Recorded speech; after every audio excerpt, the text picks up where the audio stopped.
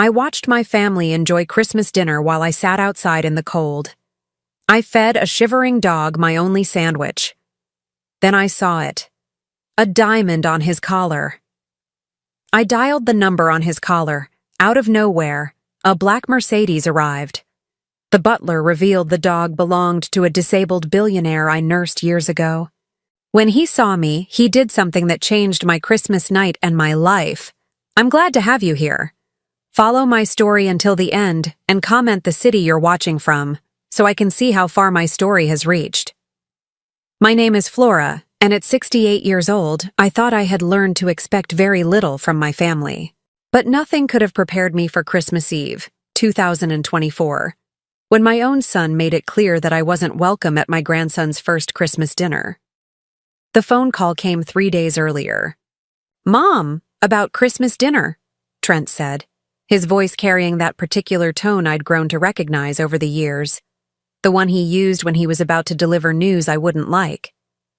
"Miranda and I have been talking, and we think it would be better if you didn't come this year." I stood in my small kitchen, gripping the phone so tightly my knuckles went white. "I don't understand. It's Christmas. It's little Tommy's first Christmas." "I know, Mom, but Miranda's parents are flying in from Connecticut, and her sister and brother-in-law are coming too. The dining room only seats 8 people comfortably and with the baby's high chair." He let the sentence hang there, as if the mathematics of it all made perfect sense. "I could sit in the living room," I offered, hating how small my voice sounded. "I don't need to be at the main table." There was a pause, and I could hear Miranda's voice in the background, sharp and insistent, though I couldn't make out the words. "Mom, look, it's just complicated this year. Maybe we can get together the day after Christmas, just the 4 of us." The 4 of us. As if I were some distant relative instead of his mother. As if I hadn't spent every Christmas for the past 37 years making sure he had everything he wanted under the tree. Even when money was so tight I had to choose between groceries and electricity. "Of course," I heard myself saying. "I understand." But I didn't understand. Not really. On Christmas Eve morning, I woke up to silence. No excited phone calls about last-minute preparations. No requests to bring my famous sweet potato casserole that Trent used to beg for every year. Just silence. I dressed carefully in my best navy blue dress, the one I'd worn to Trent's wedding 5 years ago. It was a little loose now. I'd lost weight since my retirement forced me to stretch my pension of $950 a month further than it wanted to go. But it was still respectable, still dignified. I wasn't going to spend Christmas alone in my apartment, staring at the small artificial tree I'd decorated with ornaments Tommy would never see. I couldn't bear that. So I decided to drive to Trent's neighborhood, just to see the house lit up for Christmas. Just to feel connected somehow. The drive to Maplewood Estates took 20 minutes through streets lined with houses that glowed like jewels in the December darkness. Every window seemed to frame a perfect family scene, children in pajamas, parents laughing, grandparents holding babies. The American dream, wrapped up in holiday lights and mortgage payments that cost more than my entire annual income. Trent's house sat on Elm Street, a colonial revival that he and Miranda had bought 3 years ago for $280,000. I remembered when they'd shown me the house, how proud Trent had been of the granite countertops and the master bathroom with its enormous soaking tub. I'd congratulated him, even though I privately wondered how they'd managed the down payment on his sales job salary. I parked across the street, turned off my engine, and just watched. Through the dining room window, I could see them all gathered around the mahogany table that Miranda's mother had given them as a housewarming gift. Miranda, elegant in a red silk blouse, was holding Tommy while her father carved what looked like a perfectly golden turkey. Trent sat at the head of the table, laughing at something Miranda's brother had said. Her mother was refilling wine glasses from a bottle that probably cost more than I spent on groceries in a week. They looked like a magazine advertisement for Perfect Family Christmas. Everyone beautiful, everyone belonging, everyone wanted. And then I saw the empty chair at the foot of the table. A 9th chair, pushed slightly back as if someone had just stepped away. For one wild moment, I wondered if they'd set a place for me after all, if Trent was about to call and invite me in. But then Miranda's sister sat down in that chair, and I realized it had never been meant for me at all. I don't know how long I sat there, watching through that golden window. Long enough for my hands to go numb from the cold, even with the heat running. Long enough to see them bring out what looked like homemade pie, something that definitely wasn't store-bought like the desserts I usually contributed to family gatherings.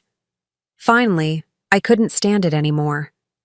I got out of my car, telling myself I was just going to walk around the block to get some fresh air before driving home.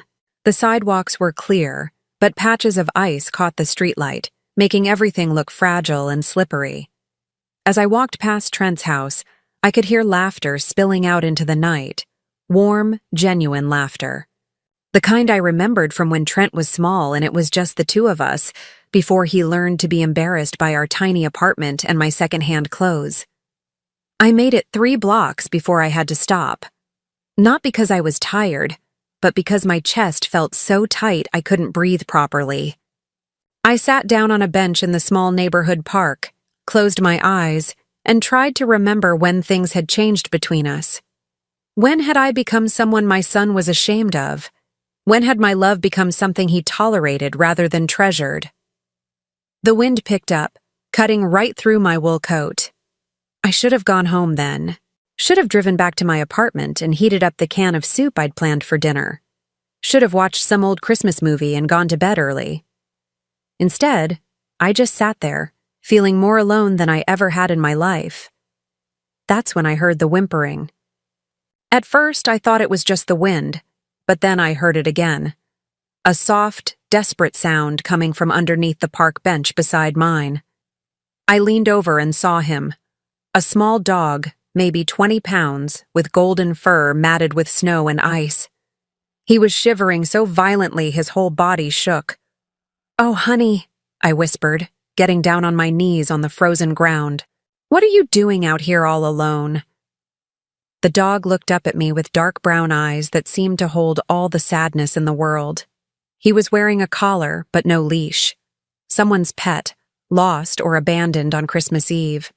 I reached into my purse and pulled out the ham sandwich I'd packed earlier, thinking I might need something to eat if I decided to drive around looking at Christmas lights. It was a small sandwich, 3 slices of grocery store ham on white bread with a little mustard. Nothing fancy, but it was all I had. "Are you hungry, sweetheart?" I asked, unwrapping the sandwich and breaking off a piece of ham. The dog's tail gave a tentative wag, and he crept closer to me. When I held out the ham, he took it gently from my fingers, barely using his teeth. Such good manners, despite being so obviously hungry. I fed him the entire sandwich piece by piece, talking to him softly the whole time. "There you go. That's better, isn't it?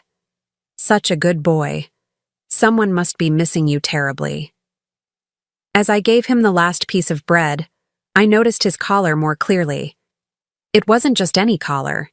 It was made of what looked like expensive leather, with small metal studs that caught the streetlight. And hanging from it was something that made me blink twice to make sure I was seeing correctly. A diamond. Not a rhinestone or a piece of glass, but what looked like a genuine diamond, about the size of a dime, hanging from a small platinum setting. I looked around the empty park, suddenly feeling like I was in some kind of fairy tale. Who put a diamond on a dog's collar? And what was a dog wearing something so valuable doing lost in a suburban park on Christmas Eve? The dog finished eating and settled down next to me on the bench, his warm body pressed against my side. For the first time all day, I felt like someone actually wanted my company. "What's your story, honey?" I asked, gently stroking his damp fur. "And what are we going to do with you?" As if in answer, he lifted his head and looked at me with those soulful brown eyes. And for the first time since Trent's phone call 3 days ago, I felt something other than rejection and sadness. I felt needed. The diamond caught the streetlight again, winking like a star. I looked closer at the collar and noticed something I'd missed before. a small metal tag tucked behind the diamond. A phone number was engraved on it in tiny, precise letters. My hands were shaking as I pulled out my phone, though I wasn't sure if it was from the cold or from something else entirely.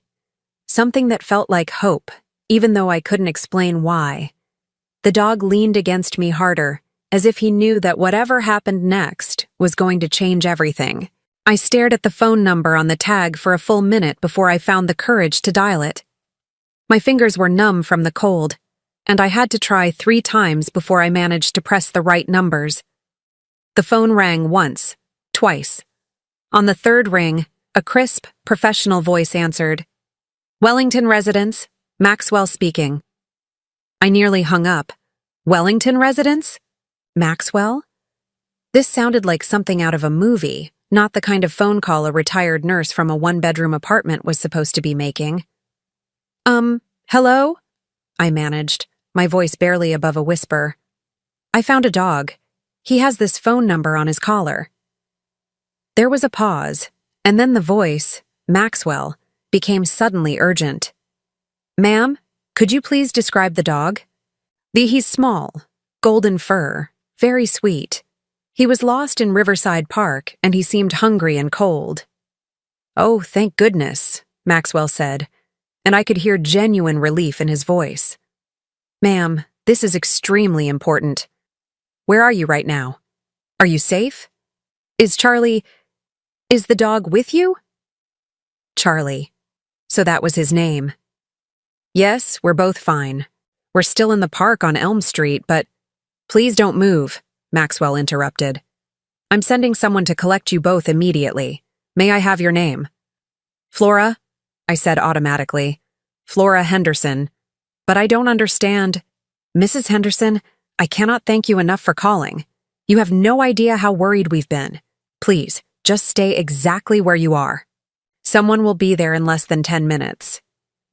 The line went dead, leaving me staring at my phone in confusion.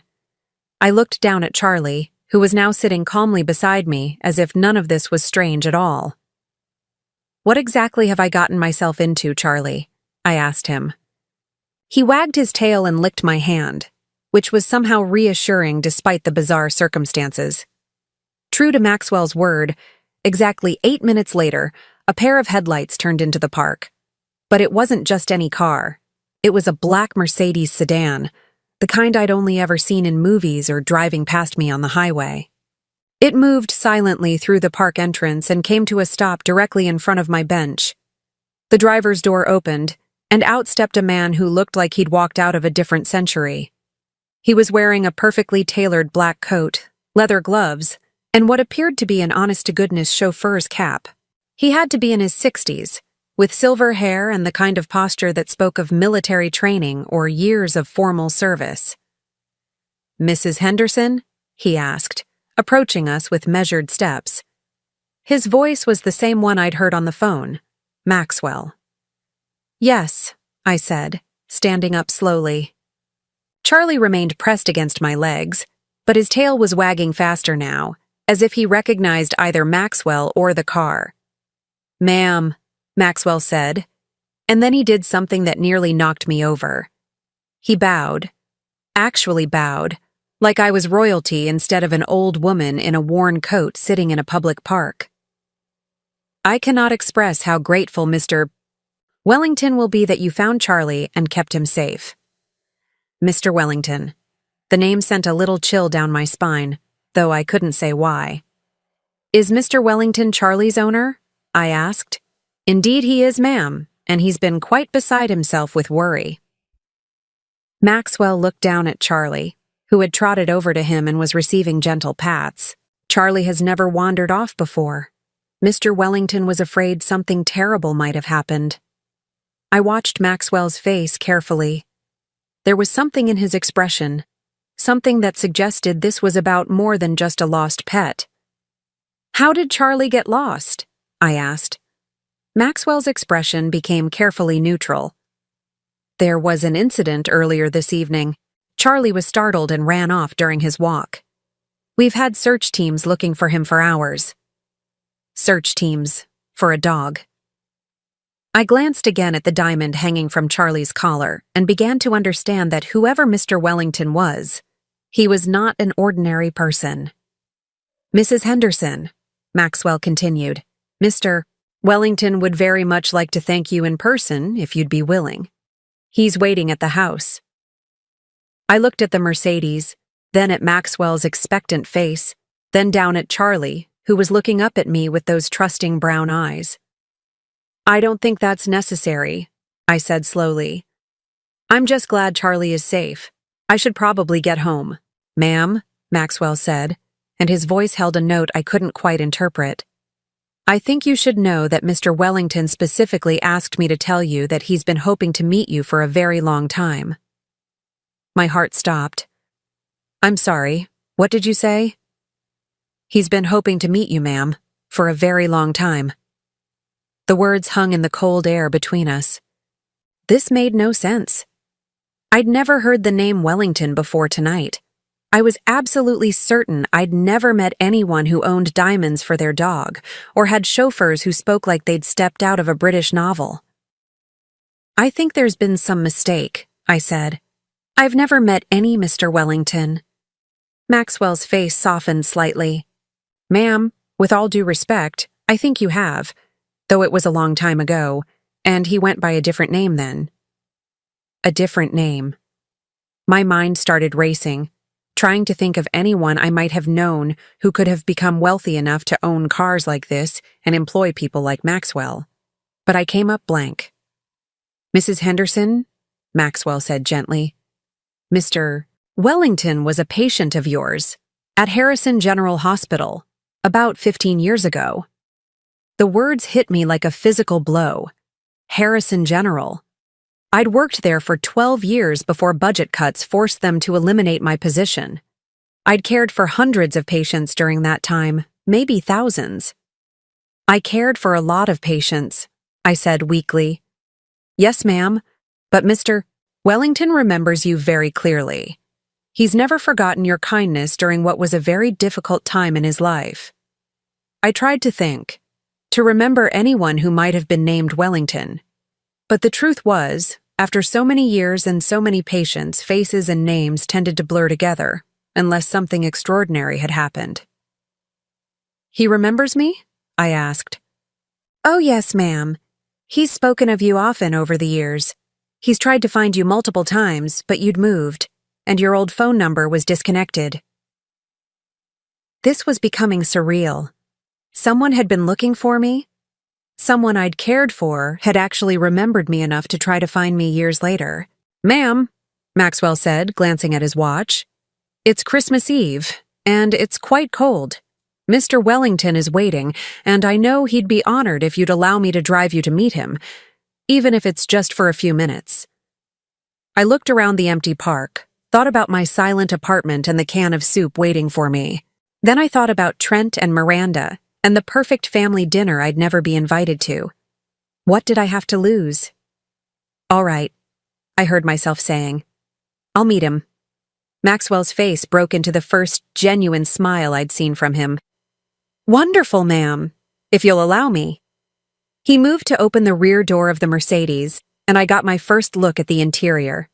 Leather seats the color of cream, wood trim that gleamed even in the dim light, and an interior that was warmer and more luxurious than my entire apartment.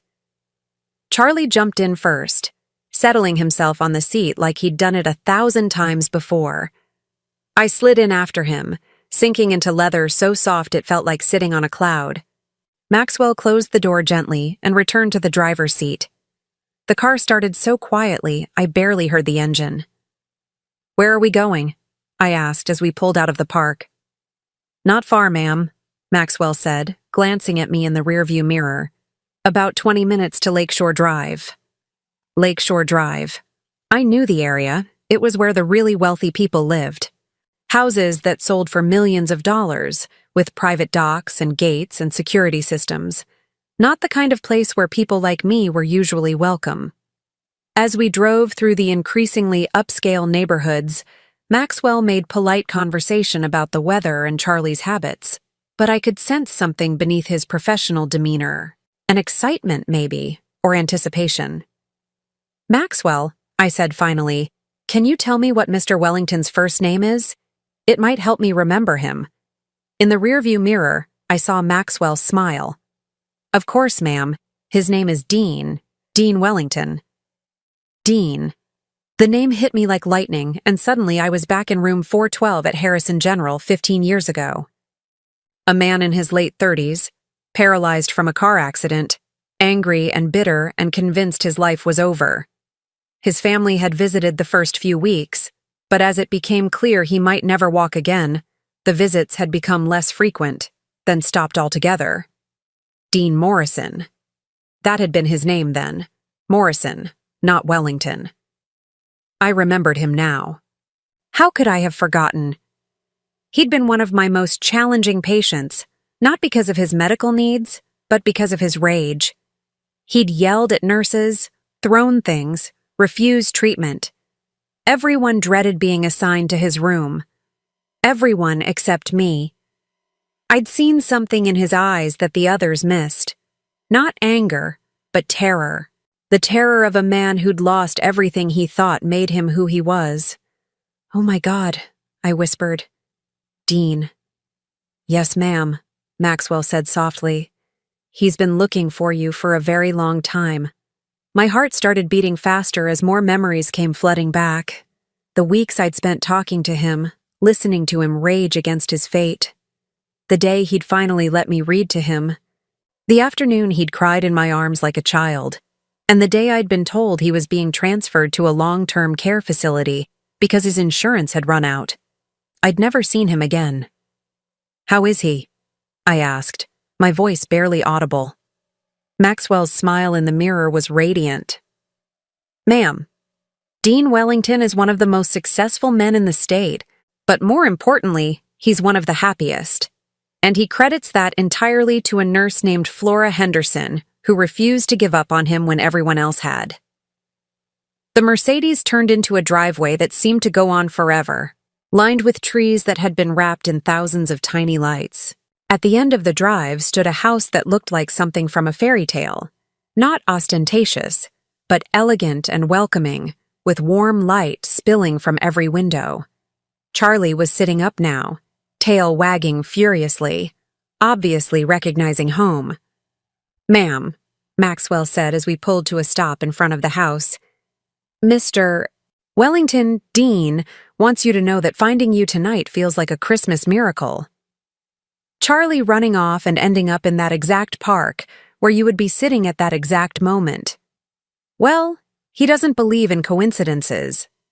As Maxwell came around to open my door, I saw the front door of the house open. A figure appeared in the doorway, silhouetted against the golden light from inside. Even from a distance, even after 15 years, I knew it was Dean. And I knew my life was about to change forever. The man standing in the doorway wasn't the broken, angry patient I remembered from 15 years ago. This Dean Wellington stood tall and confident, though I could see the wheelchair parked just behind him in the foyer. He was wearing an expensive sweater and dark slacks, and his hair had gone silver at the temples in a way that made him look distinguished rather than old. But his eyes were exactly the same. The same deep blue that had blazed with fury in room 412, then later with hope when he'd finally allowed me to help him believe in a future. "Flora," he said, and my name came out like a prayer. "My God, it's really you." Maxwell was beside me, offering his arm for support, which I gratefully took because my legs had suddenly become unreliable. Charlie bounded out of the car and raced toward Dean, who reached down from his standing position to scratch behind the dog's ears. "Hello, Dean," I managed, my voice coming out in a whisper.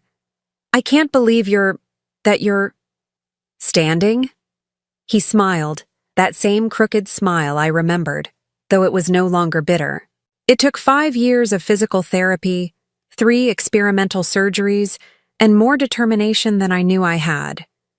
But you taught me that miracles were possible if I didn't give up. I felt tears starting to blur my vision. You were told you'd never walk again. I was told a lot of things. He stepped forward, moving slowly but steadily. The doctor said I'd never regain feeling below my waist. Insurance companies said I wasn't worth the investment in experimental treatments. My own family said I should accept my limitations and be grateful for what I had left. He stopped about 3 feet away from me, close enough that I could see the fine lines around his eyes, the evidence of years that had passed since our time at Harrison General. But there was one nurse who told me something different. She said that my body might be broken, but my spirit wasn't. And as long as my spirit was intact, anything was possible. Do you remember saying that, Flora? I did remember. It was during one of his darkest days, when he'd refused to eat or speak to anyone. I'd sat in that uncomfortable plastic chair beside his bed for 2 hours, talking to him about everything and nothing, until finally he'd looked at me and asked why I bothered with him when everyone else had given up. I remember, I whispered. That conversation changed my life, Dean said simply. Not just because of what you said, but because of how you said it, like you actually believed it, like you saw something in me that I couldn't see in myself. Maxwell cleared his throat gently. Perhaps we should move this conversation inside. It's quite cold, and Mrs. Henderson has had a long evening. Of course, Dean said, his face flushing with embarrassment. Flora, please come in. Let me make you some tea or coffee or whatever you'd like.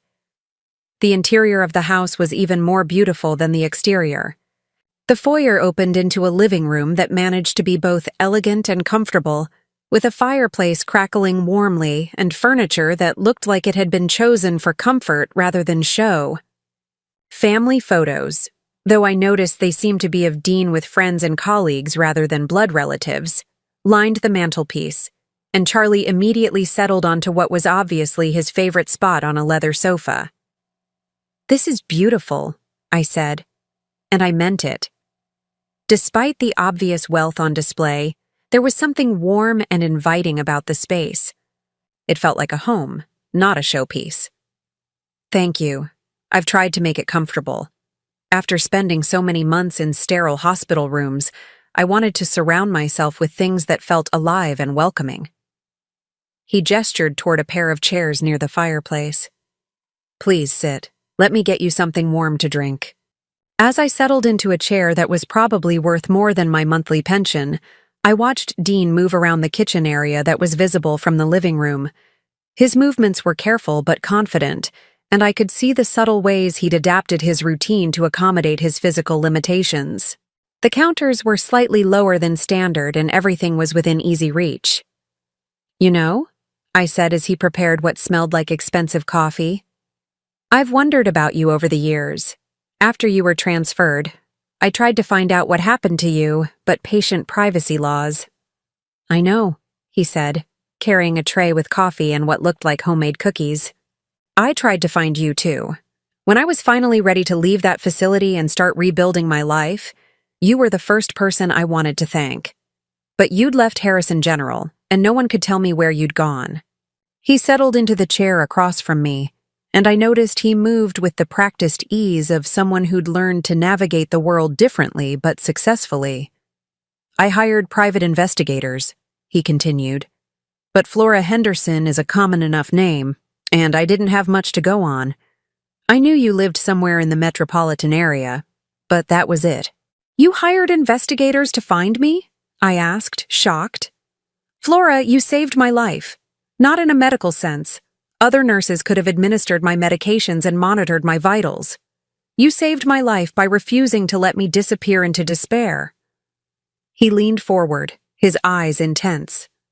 Do you have any idea what it meant to have someone sit with me during those panic attacks? To have someone read to me when I couldn't concentrate enough to read myself? To have someone believe I was worth fighting for when my own family had written me off? I felt my cheeks burning. I was just doing my job. No, Dean said firmly. You were doing far more than your job. I remember the night shift supervisor telling you that you didn't need to spend so much time in my room, that there were other patients who needed attention, and you told her that every patient deserved to feel like they mattered. The memory came flooding back, Supervisor Jenkins, who'd always been more concerned with efficiency than compassion, questioning my excessive time spent with difficult patients. I also remember, Dean continued, the day you brought in your own books because the hospital library didn't have anything I wanted to read, and the afternoon you stayed 3 hours past your shift because I was having that breakdown about the anniversary of my accident. I had forgotten about the books, but as soon as he mentioned it, I could see them clearly. My personal copies of adventure novels and biographies that I'd thought might interest him. You spent your own money on my care, Dean said quietly. Those books, the special pillow you bought because the hospital ones hurt my neck, the magazines you'd pick up on your way to work, you never asked to be reimbursed. They were small things, I protested. Small things that added up to the difference between giving up and holding on. Dean reached into his pocket and pulled out a small, worn paperback book. I still have this. The biography of Franklin Roosevelt that you gave me when I was angry about being in a wheelchair. Do you remember what you wrote in the front cover? I shook my head, but he opened the book and read in a voice thick with emotion. Dear Dean, FDR changed the world from a wheelchair. Your accident doesn't define your limits. Your courage does. With admiration and hope, Flora. My hands flew to my mouth. I had completely forgotten writing that inscription. I read that book 17 times, Dean said. And every time I wanted to quit physical therapy or give up on the experimental treatments, I read your note again. We sat in silence for a moment, the fire crackling softly in the background. Charlie had fallen asleep on his sofa, snoring gently. Dean, I said finally, what happened to your family? I remember them visiting in the beginning. His expression darkened slightly. They visited less and less as it became clear I wasn't going to make a quick recovery. My parents felt I was becoming too much of a burden, especially when it looked like I'd need long-term care. My sister was busy with her own family, my fiancé. He paused. Well, she decided that a paralyzed man wasn't what she'd signed up for. I'm so sorry. Don't be. It was the best thing that could have happened to me, though I couldn't see it at the time. It forced me to figure out who I really was when everything external was stripped away. He smiled. And it made me appreciate the people who stayed, like you. But I didn't stay, I said. I was reassigned when you were transferred. You stayed in your heart, Dean said simply. You gave me something to hold on to when I had nothing else. And when I finally got back on my feet, literally, I made myself a promise that I would find you and thank you properly.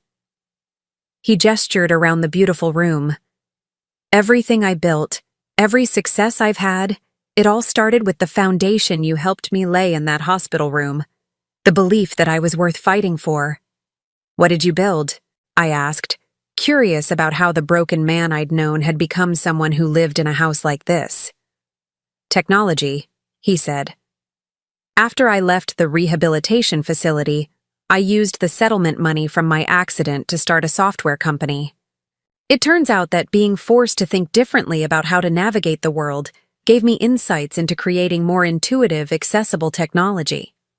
He smiled with obvious pride. Wellington Technologies now employs over 2,000 people and develops accessibility software for major corporations. We've made technology more usable for people with disabilities, and in doing so, we've made it better for everyone. I stared at him, trying to reconcile this successful businessman with the bitter, broken patient I'd once known. But more than that, Dean continued, I've tried to pay forward what you gave me. Wellington Technologies has an employee assistance program that helps workers through medical crises. We partner with hospitals to provide funding for patients whose insurance runs out. And we have a foundation that grants scholarships to children of single mothers who are working in healthcare. The last part made my breath catch. Children of single mothers in healthcare? Like the children of nurses who work extra shifts and sacrifice their own comfort to take care of other people's families. His eyes found mine and held them. I know you raised a son on your own, Flora. I know you worked double shifts to make ends meet. I know you gave everything you had to take care of everyone else. My vision blurred with tears. How do you know that? Because I hired investigators to find you, remember? I learned about your life, your sacrifices, your dedication to your patients, even when it meant personal hardship. His voice grew soft. I learned that you'd never married again after your husband died, that you'd worked 3 jobs while putting yourself through nursing school, that you'd never missed a day of work even when you were sick because you couldn't afford to lose the pay. I felt exposed, vulnerable, like he could see right through to all the struggles I'd tried so hard to keep hidden. I also learned, Dean said gently, that you'd been forced into early retirement when Harrison General downsized, and that you've been living on a pension that barely covers your expenses. The shame hit me like a physical blow. Here I was, sitting in this beautiful house with a man who'd built an empire, and he knew exactly how small and insignificant my life had become. Flora, Dean said, and his voice made me look up. I didn't have you investigated to judge you. I had you investigated because I wanted to help you the way you helped me. I've been waiting 15 years for the chance to give back what you gave me. I don't understand. Dean smiled, and it was the same smile I remembered from the day he'd first walked with his physical therapist. Pure joy mixed with determination. Flora Henderson, I would like to offer you a job. I stared at Dean in complete shock. A job? Not just any job, he said, leaning forward with excitement. Director of Patient Advocacy for the Wellington Foundation. You'd be in charge of our hospital partnership program, making sure that patients who can't afford long-term care don't fall through the cracks the way I almost did. My mouth opened and closed without any sound coming out. Director of Patient Advocacy. The title alone sounded more important than anything I'd ever dreamed of. Dean, I don't understand. I'm 68 years old. I've been retired for 6 years. I'm not qualified for something like that. Flora, Dean said, his voice gentle but firm. You're the most qualified person I know. You have 40 years of nursing experience. You understand the healthcare system from the ground up, and most importantly, you have the heart for it. You see people as human beings, not as medical conditions or insurance claims. I shook my head, overwhelmed.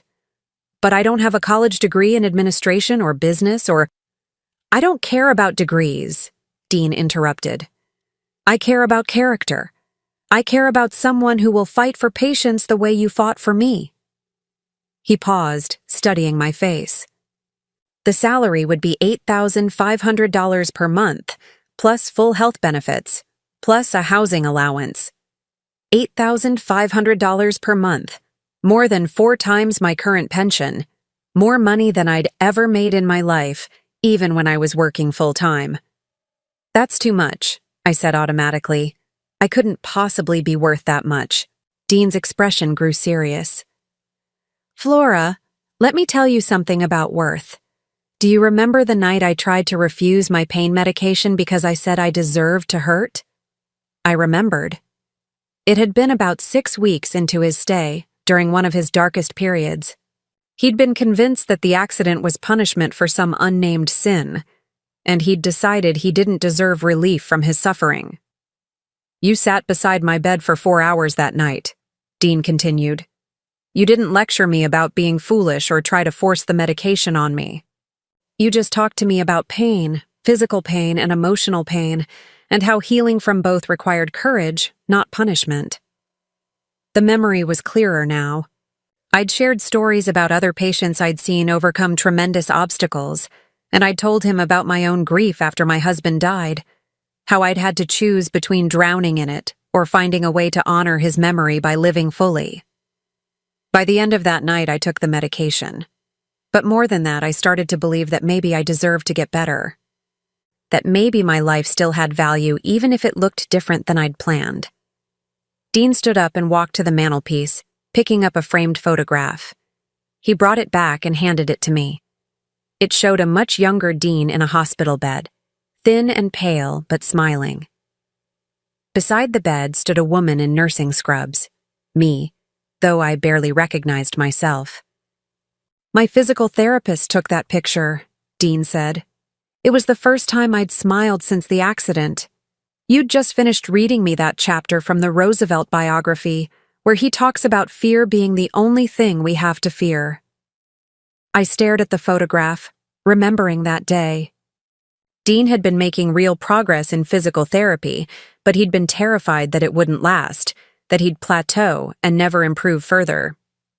I keep that picture on my mantle because it reminds me of the moment my real recovery began, Dean said. Not the physical recovery. That was important, but this was bigger. It was the recovery of hope. I set the photo down carefully, my hands shaking slightly. Dean, you would have found that hope anyway. You're strong. No, he said firmly. I was broken, Flora, completely broken. Not just physically, but emotionally and spiritually. I was ready to give up. I'd already told my doctors that I didn't want any more experimental treatments. This was news to me. During our time together, Dean had been cooperative with his medical team, even when he was frustrated or angry. You changed that, Dean continued, not with big speeches or dramatic gestures, but with small acts of kindness that added up to something life-changing. Do you remember bringing me that puzzle? I did remember. It had been a 1,000-piece jigsaw puzzle of a lighthouse on a rocky coast. Dean had complained that the hospital was boring, that he felt like his mind was turning to mush from lack of stimulation. I worked on that puzzle every day for 3 months, Dean said. It gave me something to focus on besides my limitations. But more than that, you checked on my progress every shift. You celebrated with me when I found difficult pieces, and you encouraged me when I got frustrated and wanted to quit. He smiled at the memory. The day I placed the final piece, you brought me a cupcake from the hospital cafeteria. You said every accomplishment deserved recognition, no matter how small it seemed to other people. I had brought him that cupcake. It had cost me $3.75, which I could barely afford at the time, but his excitement about finishing the puzzle had been so infectious. That puzzle taught me something crucial, Dean said. It taught me that recovery wasn't about getting back to who I used to be. It was about building something new, piece by piece, with patience and persistence. He walked back to his chair and sat down, his eyes never leaving my face. Flora, you gave me the tools I needed to rebuild my life. The salary I'm offering isn't charity, it's an investment. I want you to help other people the way you helped me. I felt tears starting again. But what if I'm not good at it? What if I fail? Then you'll learn and try again, the same way I did with physical therapy. Dean's voice was warm but determined. Flora, I didn't become successful by playing it safe. I became successful by taking chances on the right people, and you're the rightest person I know. I looked around the beautiful room, trying to process everything he was telling me. Where would I work? I don't even have a car that could get me to an office downtown. The foundation has offices here in the house, Dean said, and Maxwell would be happy to drive you wherever you need to go. But honestly, a lot of the work could be done from home if you preferred. My mind was reeling. This morning, I'd been a lonely retiree with $37 in my checking account, and now I was being offered a job that would change my entire life. There's something else, Dean said quietly. The foundation owns a small house about 2 miles from here. 3 bedrooms, 2 bathrooms, a garden. It's meant for visiting researchers or guest speakers, but it's been empty for months. You could live there rent-free as part of your compensation package. A house. He was offering me a house. Dean, this is too much. You don't owe me anything. I was just doing my job. Stop, he said gently but firmly. Stop diminishing what you did. You didn't just do your job, Flora. You went above and beyond in every possible way. You spent your own money, your own time, your own emotional energy to help a stranger get through the worst period of his life. He reached into an end-table drawer and pulled out a thick folder. Do you want to know what else my investigators found out about you? I wasn't sure I did, but I nodded. They found out that you worked extra shifts for 3 years to help pay for your son's college tuition, even though he barely spoke to you. They found out that you've sent your grandson birthday cards for 5 years, even though they're always returned unopened. They found out that you volunteered at a free clinic every Saturday for 8 years until your arthritis made it too difficult. Each revelation felt like a punch to my chest. These were private things, personal struggles that I'd never shared with anyone. They also found out, Dean said, his voice growing softer, that you spent last Christmas alone because your son said there wasn't room for you at his family dinner. I looked up sharply. How could you possibly know that? Because I hired investigators who are very good at their jobs.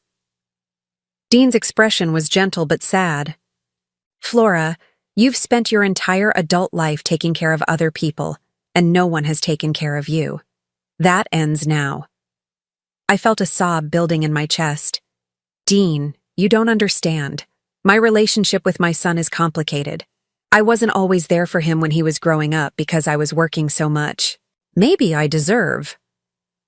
You deserve nothing but love and respect, Dean said firmly. You worked multiple jobs to provide for your child. You sacrificed your own comfort to give him opportunities. The fact that he can't appreciate that says nothing about you and everything about him. The sob escaped despite my best efforts to contain it. All the years of guilt, all the self-doubt about whether I'd been a good enough mother, came pouring out.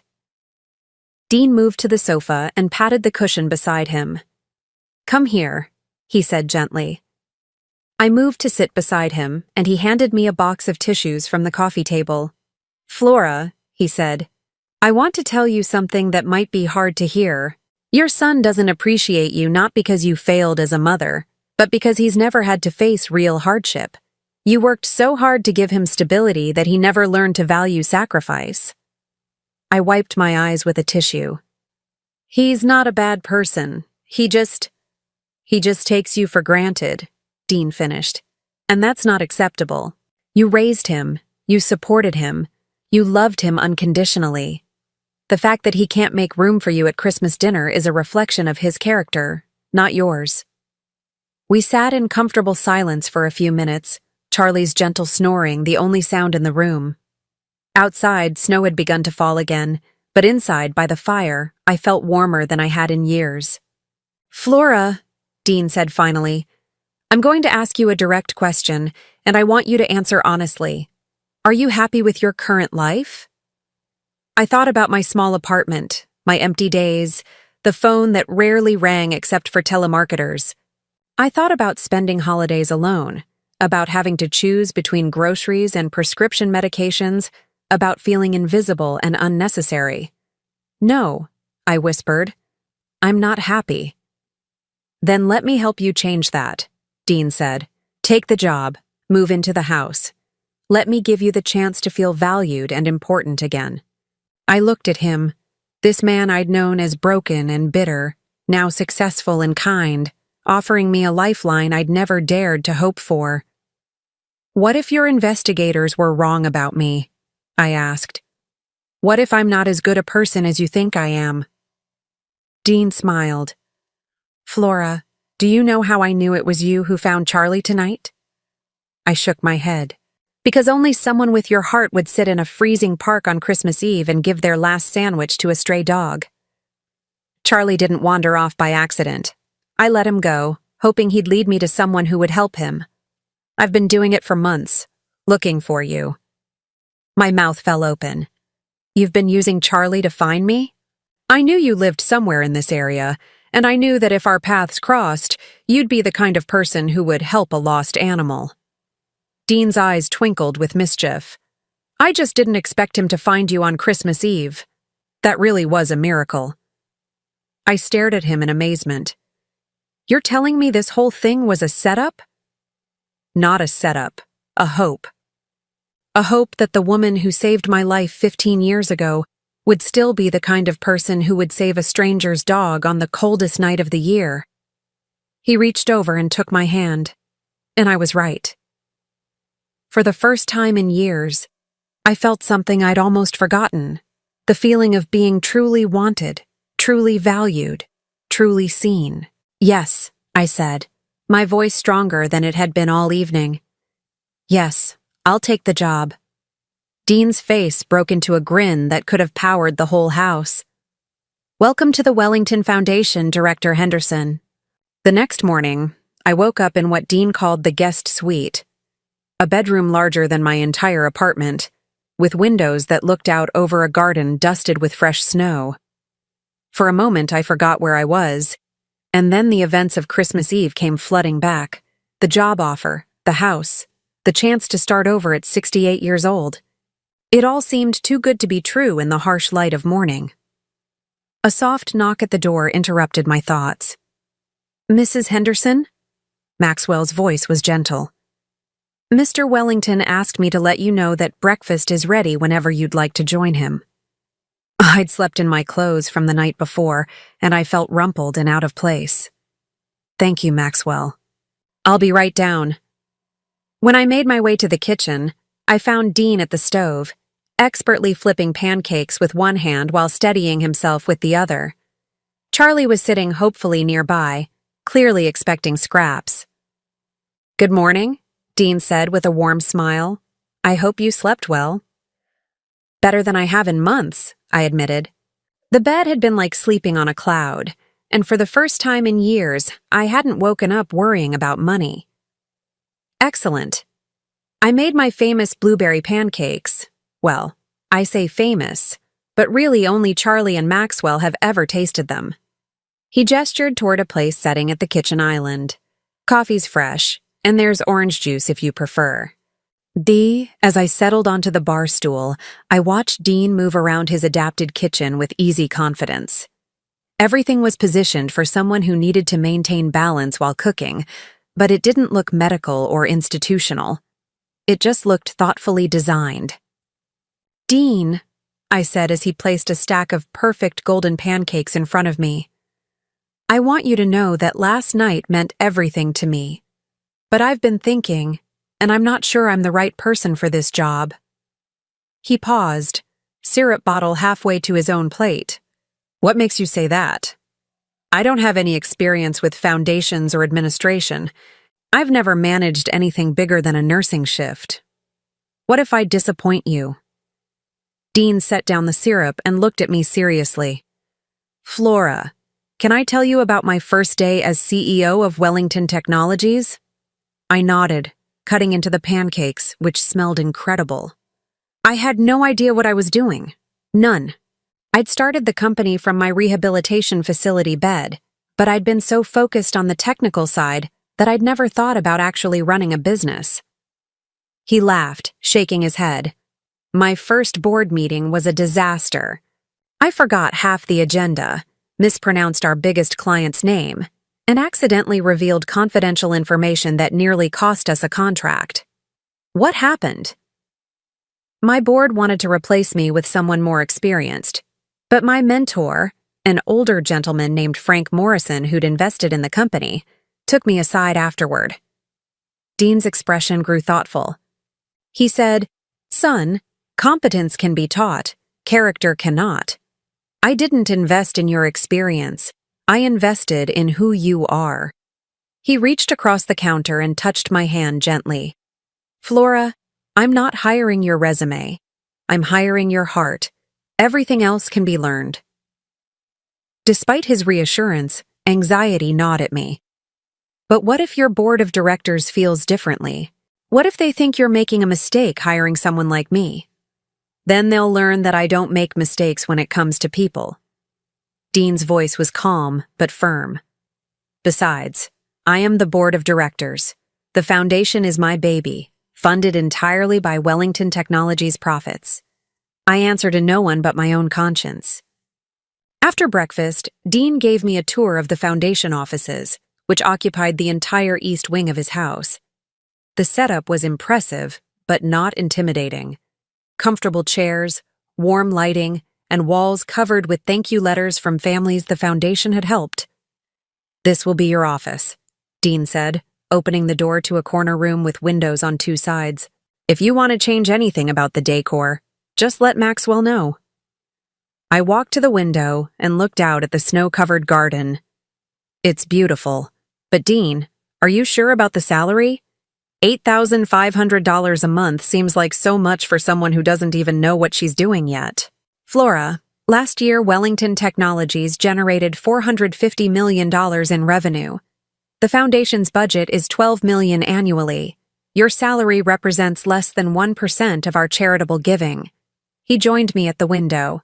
You're not expensive. You're an investment.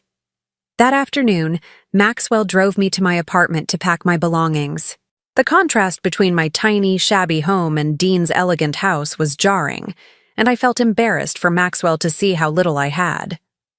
"Mrs. Henderson," Maxwell said as we climbed the narrow stairs to my second-floor apartment. "Might I say how pleased Mr. Wellington was to find you last night? In all the years I've worked for him, I've never seen him so happy." "You've worked for him long?" 12 years, Maxwell said. "Since shortly after he started the company. He's been like a son to me, really. My own children live across the country, and when my wife passed 5 years ago." He paused, clearing his throat. Well, Mr. Wellington made sure I wasn't alone. I unlocked my apartment door and stepped inside, seeing the space through Maxwell's eyes. The furniture was old but clean, the walls needed painting, and everything spoke of careful economy rather than choice. "He's lucky to have you," I said, beginning to gather my few precious items, photo albums, my mother's china, the small collection of books I'd held onto through various moves. "Ma'am, if I may," Maxwell said, watching me pack. "Mr. Wellington has spoken of you often over the years. You're something of a legend in our house." I looked up, surprised. "What do you mean?" "He tells the story of your kindness to every new employee at Wellington Technologies, about how you saw potential in him when no one else did, how you treated him like a person worth fighting for." Maxwell's voice grew soft. "He says you taught him that true wealth isn't measured in money, but in how much good you can do for others." I felt my throat tighten. "I just treated him the way everyone deserves to be treated." "Exactly," Maxwell said. "And that, ma'am, is why you're exactly the right person for this job." It took us less than 2 hours to pack everything I owned into the back of Dean's Mercedes.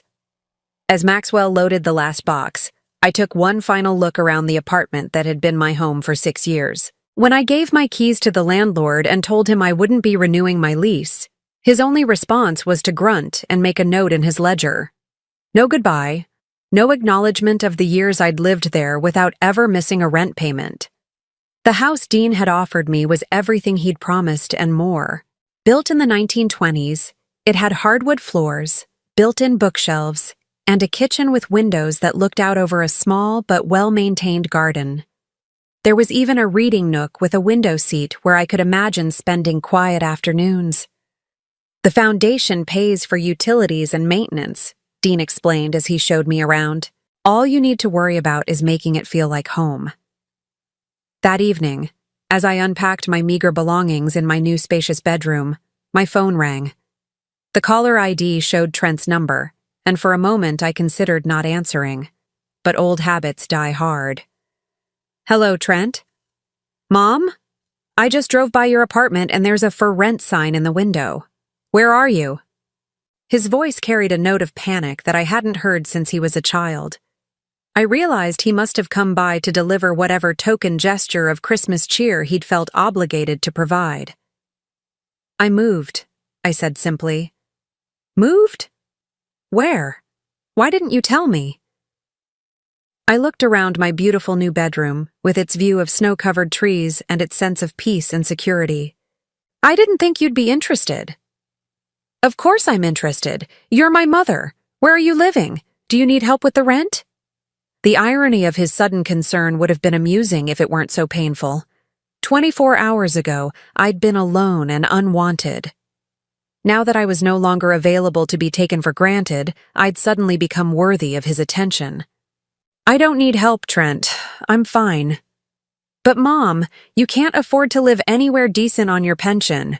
What kind of place were you able to rent?" Through the phone, I could hear Miranda's voice in the background, sharp with curiosity.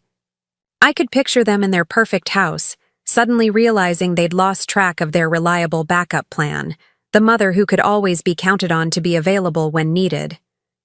Actually, Trent, I got a job. A very good job. And the position comes with housing. A job? Mom, you're 68 years old. What kind of job?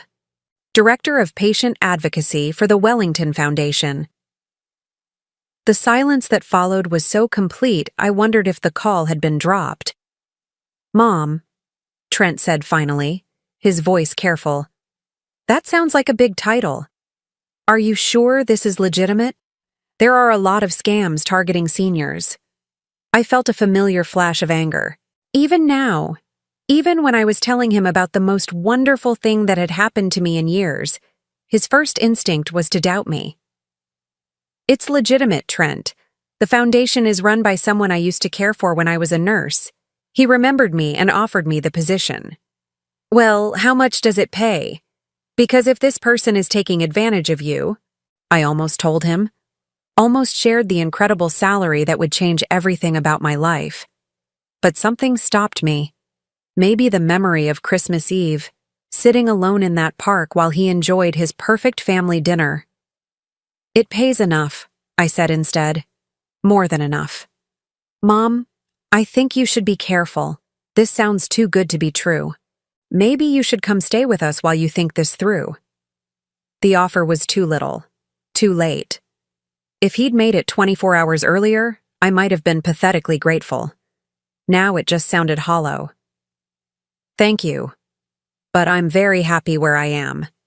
In fact, I need to go.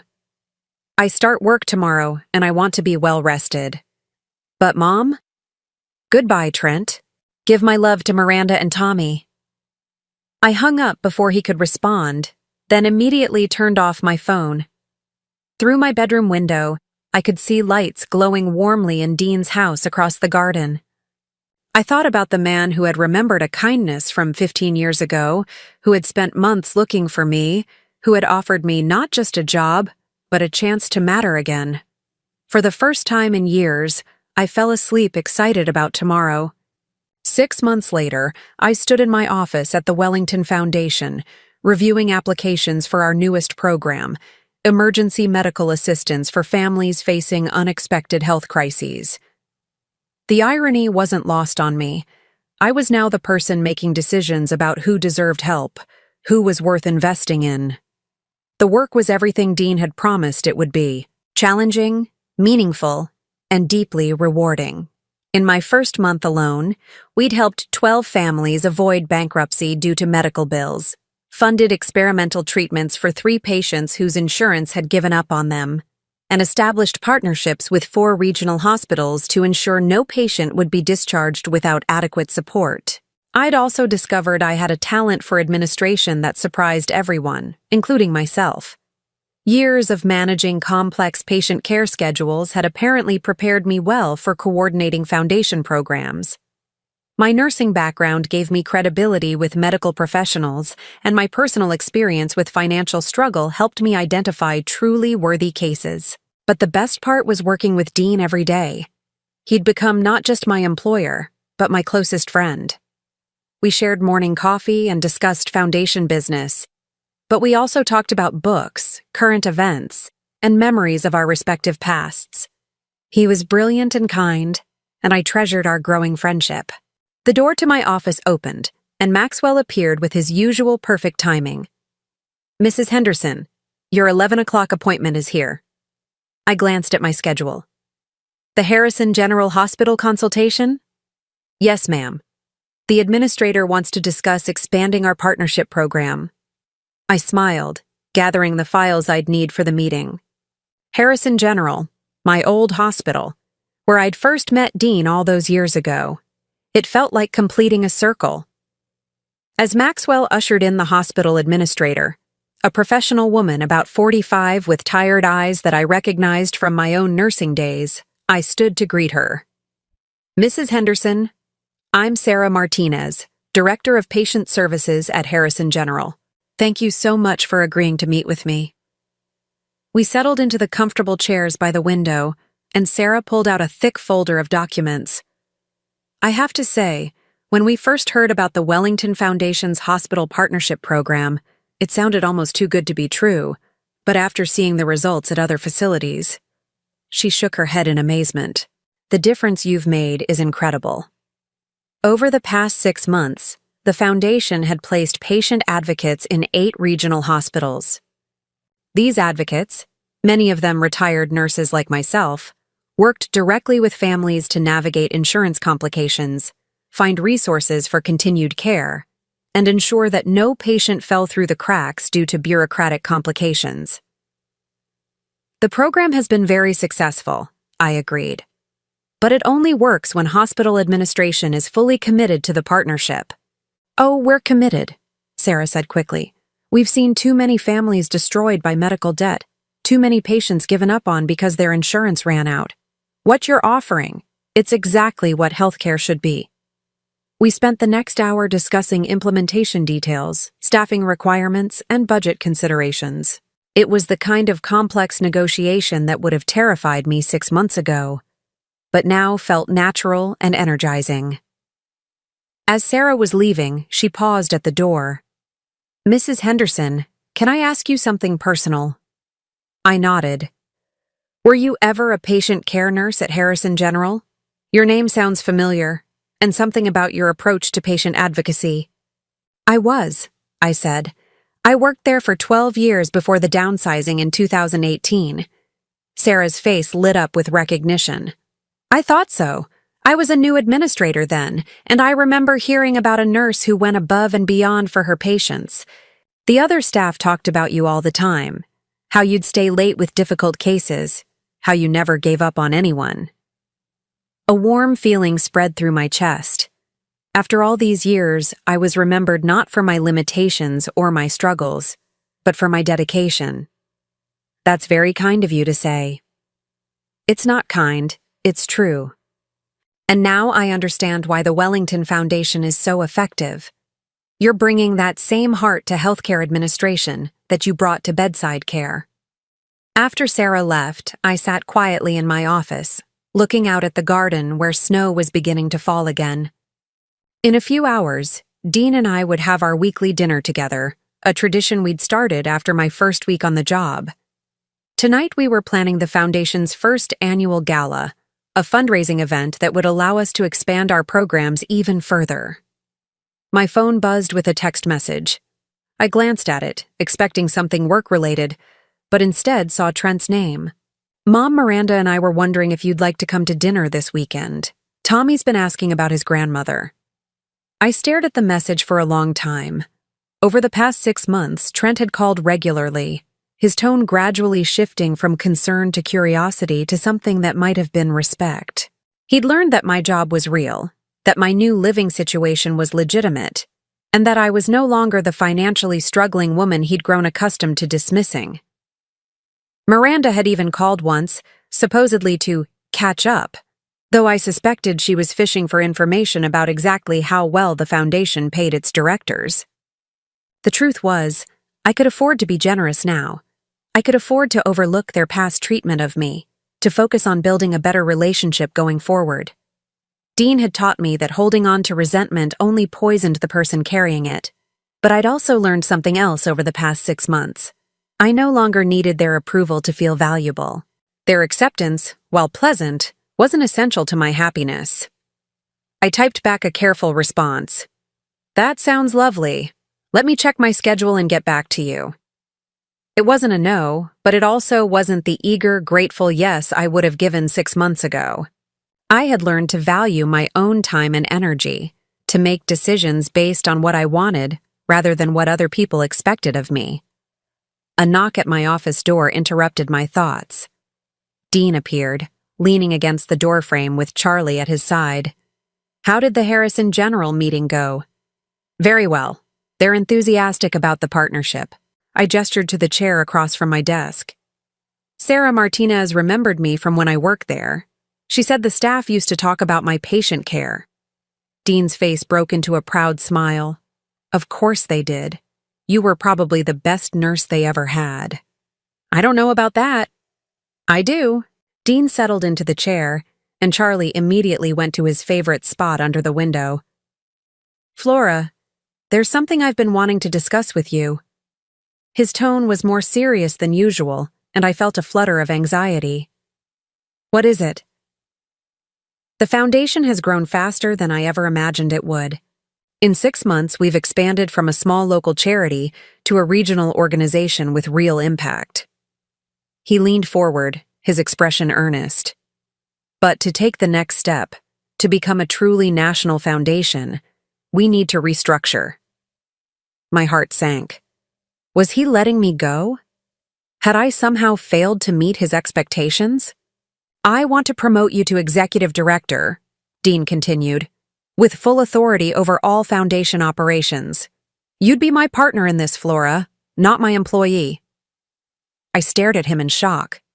Dean, I couldn't possibly. Yes, you could. You've proven yourself over and over again. You understand the work better than anyone. You have the trust of our hospital partners. And most importantly, you care about our mission as much as I do. But the board of directors will do whatever I recommend, because I own the foundation. Dean's smile was mischievous. Besides, I've been thinking about stepping back from day-to-day operations. I'd like to travel, maybe write a book about overcoming adversity. But I can only do that if I know the foundation is in the hands of someone who shares my values. The magnitude of what he was offering hit me like a wave. Executive director of a national foundation. The chance to help thousands of families instead of dozens. The opportunity to transform healthcare advocacy on a scale I'd never imagined. The salary would be $12,000 per month, Dean added casually, plus benefits and a car allowance. Oh, and the foundation would buy the house you're living in and deed it to you outright. $12,000 per month. The house would be mine. At 68, I was being offered financial security beyond my wildest dreams, along with work that gave my life profound meaning. Dean, I said, my voice thick with emotion, why are you doing this? You've already given me so much. He was quiet for a moment, looking out at the garden where snow continued to fall softly. Because 15 years ago, a nurse sat beside my hospital bed and convinced me that my life still had value. She saw something in me that I couldn't see in myself, and she refused to give up on me. He turned back to me, his eyes bright with unshed tears. Now I see something in you that maybe you can't see in yourself yet. You're not just someone who helps people, Flora.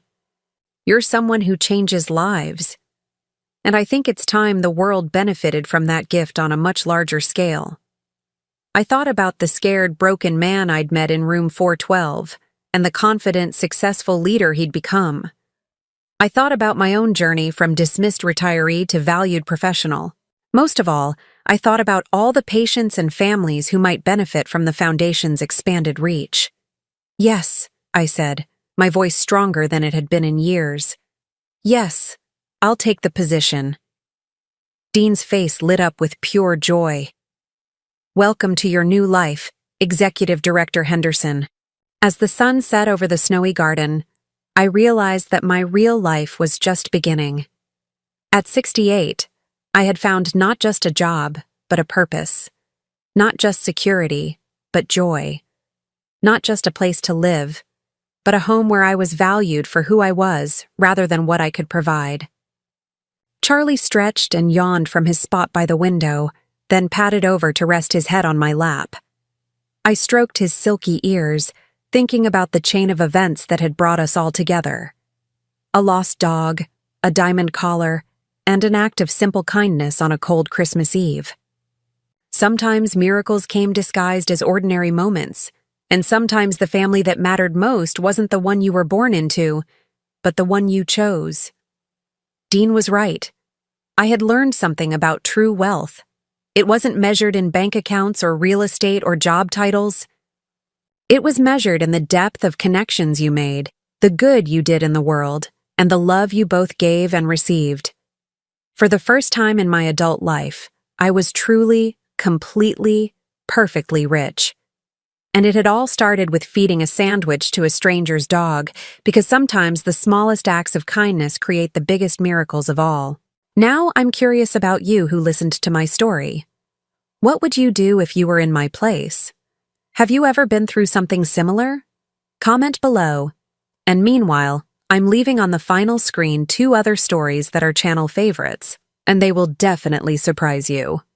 Thank you for watching until here.